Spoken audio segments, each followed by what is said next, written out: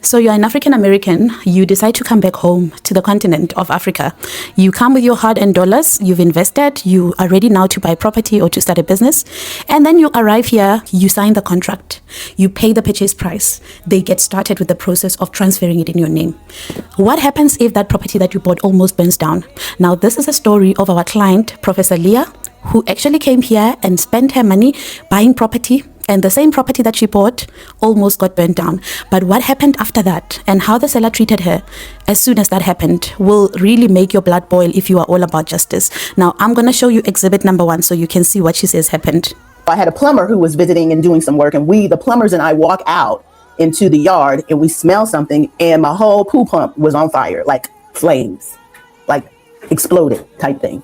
And so, which could have burned down the house. We acted quickly, but then that's when the trouble started with the seller, who did not want to pay for the pool pump blowing up. She had already moved into the property. She was paying occupational rent, which is something that can happen and it's legally permissible. And obviously she moved in. She's enjoying the property that she's about to own. She doesn't own yet. And this property almost burns down. Now, the question you need to ask yourself is, in that situation, who is liable to fix that pool that almost burnt the whole house?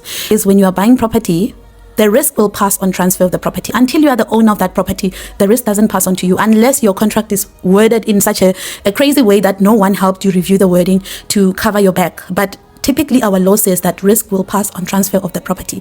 In her situation, obviously, she was dealing with a lawyer of the seller who was protecting the seller, and also dealing with a situation where the seller is abusing his power, didn't want to pay. And now, the nice thing is that I was also representing her in that situation, and I was able to advise on what the legal position is and what she is required to do and what she's not liable for.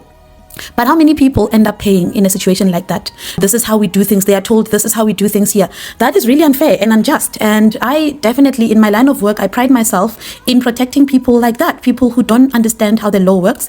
People who have the resources to get the protection they need, but they are told that, they cannot get a remedy because this is how things are done in Africa. No, that's not how things are done. You can be represented. You can absolutely have somebody help you with the process from start to finish to prevent such situations. In fact, in the previous episode, we shared about what happens when the seller refuses you to have an inspection of the property. Who's going to be liable if there are problems in that property? And so I want you to also comment here with your horror stories or the horror stories of those people that you might know, so that we can amplify these stories. And what I undertake to do is to read what you're going to share and also to give a tip on what can be done or what could have been done in hopes of educating those who are in the process of buying property in South Africa or anywhere on the continent of Africa, whether it's Ghana, Kenya, Tanzania, Rwanda, wherever. The due diligence framework that I've created is applicable anywhere on the continent. We have attorney partners throughout the continent that can help you apply this comprehensive framework that will give you not only due diligence, but it will give you tax efficiency so you don't expose yourself to unnecessary tax liabilities. It will also help you, with asset protection and estate planning,